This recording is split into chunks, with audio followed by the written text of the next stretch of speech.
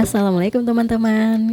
Kali ini saya ingin berbagi cerita nih ke kalian bagaimana suasana Lebaran Idul Fitri di Turki. Ini kali pertamanya nih teman-teman saya menikmati suasana Lebaran Idul Fitri di Turki.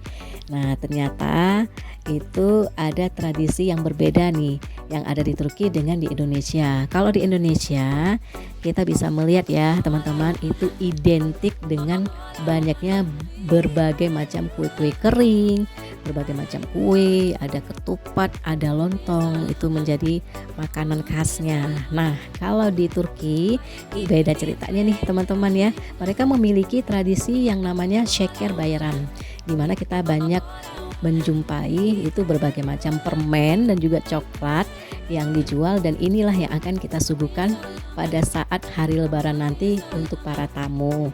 Nah, saya dan suami sempat mampir tuh ke salah satu market untuk membeli permen dan juga coklat untuk mertua dan juga untuk diri kita sendiri. Di sini kalian bisa melihat ya teman-teman, banyak berbagai macam jenis permen yang dijual, dan itu harganya 1 kilo 100 lira. Boleh dicampur, boleh dipilih untuk ukuran 1 kilo dengan rasa apa aja dengan harga 100 lira. Nah, terus ada coklatnya juga nih, coklatnya dengan berbagai macam bentuk ya. Dan harganya juga sama nih seperti permen, 1 kilo itu 100 lira. Boleh dicampur dengan bentuk berbagai macam bentuk. Nah, jadi untuk menjelang Lebaran itu nggak jauh beda dengan tradisi kita yang ada di Indonesia. Banyak juga kita jumpai beberapa pembeli yang berkunjung ke berbagai pusat perbelanjaan.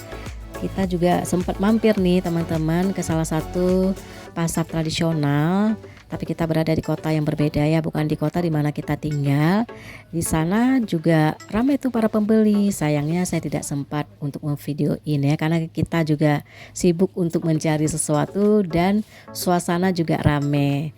Terus saya juga dengan suami sempat mampir ke salah satu toko handphone, kemudian kita juga melihat-lihat di toko yang menjual berbagai macam pakaian, sepatu, tas ya. Dan kita juga sempat mampir, ini yang sempat saya videoin, di salah satu toko yang menjual berbagai macam aksesoris perempuan. Kemudian ada kosmetik, ada pakaian dalam, ada pakaian, ada jilbab, ada tas juga di sana ya teman-teman. Pada saat kita mampir di sini, ini para pembelinya lumayan ramai nih teman-teman. Dan saya sama sekali tidak sempat megang HP pada saat lagi rame-ramenya nih, karena saya lagi sibuk sendiri nih untuk mencari sesuatu. Nah, ini udah mulai agak sepi, barulah saya teringat untuk memvideoinnya nih teman-teman. Selain itu ada juga nih para penjual yang menjualkan berbagai jenis tanaman dan juga bunga-bunga nih teman-teman. Saya jadi teringat ya waktu saya di Indonesia, karena saya suka menanam bunga, jadi itu banyak saya tanam berbagai macam bunga nih teman-teman. Nah, tuh cantik-cantik kan bunga-bunga di sini nih. Ini harganya mulai dari 30 hingga 50 lira nih teman-teman. Nah, jadi kalau untuk soal persiapan membeli kebutuhan Lebaran itu nggak jauh beda lah ya dengan persiapan kebutuhan yang ada di Indonesia ya, walaupun yang menjadi ciri khasnya aja itu yang menjadi berbeda seperti itu. Nah, kemudian menjelang Lebaran juga saya sempat melihat nih teman-teman, ada juga yang berziarah ke kuburan gitu ya, berziarah ke pemakaman keluarga. Nah, termasuk saya dan suami juga berziarah ke pemakaman keluarga. Nah, saya mau ceritain juga di hari Lebaran, sebelum kita untuk bertamu, saya dan suami dan juga keluarga itu juga berziarah ke pemakaman keluarga nih teman-teman. Kebetulan ini di rumah mertua ya, di desa mertua. Jadi untuk jarak ke pemakaman itu tidak jauh, sekitar adalah 200 sampai 300 meter gitu ya. Nah, jadi waktu kita lagi berziarah nih, ini yang menjadi sempat sedikit saya bingung ya. Saya juga sedikit terkejut ya gitu, karena mereka ini ketika berziarah itu membawa ada berbagai permen gitu. Lalu permennya ini atau coklat itu taruhnya di pemakaman nih teman-teman. Nah seperti ini nih, kalian bisa ngelihat ya. Ini saya sempat videoin sebentar, sebenarnya nggak enak juga nih saya video ini gini ya. Nah ini nih teman-teman, jadi ternyata ini sudah menjadi budayanya mereka. Ketika lebaran ya mereka juga menaruh atau meletakkan permen-permen di pemakaman. Nanti permen-permennya ya diambil lagi dan untuk kita makan. Nah ini kalian bisa ngelihat ya, ini salah satu pemakaman itu korban gempa di Hatay. Ini satu keluarga meninggal, ayah, ibu dan juga anak-anaknya nih. Dan kita juga mengirim doa di pemakaman ini nih teman-teman. Setelah kita dari berziarah, kita kedatangan tamu teman-teman, dan inilah yang disuguhkan pada saat hari lebaran, bukan kue kering.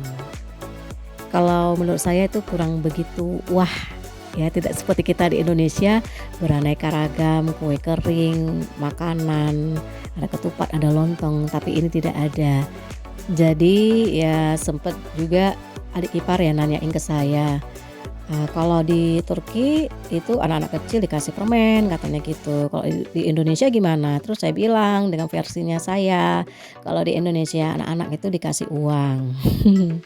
Nah jadi ternyata itu permen ataupun coklat ya, itu kayaknya udah menjadi apa ya, keafdolan lah untuk di hari lebaran gitu teman-teman ya.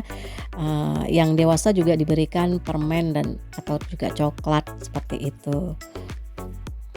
Dan saya melihat lagi ada banyak anak-anak ya, itu yang ke rumah tetangga, baru pulang dari rumah tetangga, mereka itu senang sekali membawa satu plastik isinya tuh permen dan coklat nih. Contohnya nih adik ipar ya, keponakan kita nih teman-teman ya.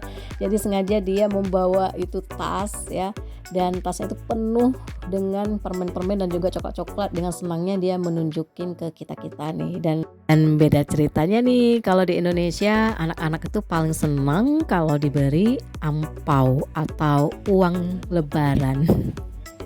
Oke teman-teman, sampai di sini dulu ya cerita saya. Tapi nanti di lain waktu saya akan menambahkan cerita dan pengalaman dari versi saya menikmati suasana Lebaran Idul Fitri di Turki. Tetap selalu stay ya di channel Jam Kita dan juga subscribe-nya. Bayramınız mübarek olsun. Wassalamualaikum warahmatullahi wabarakatuh. Dadah.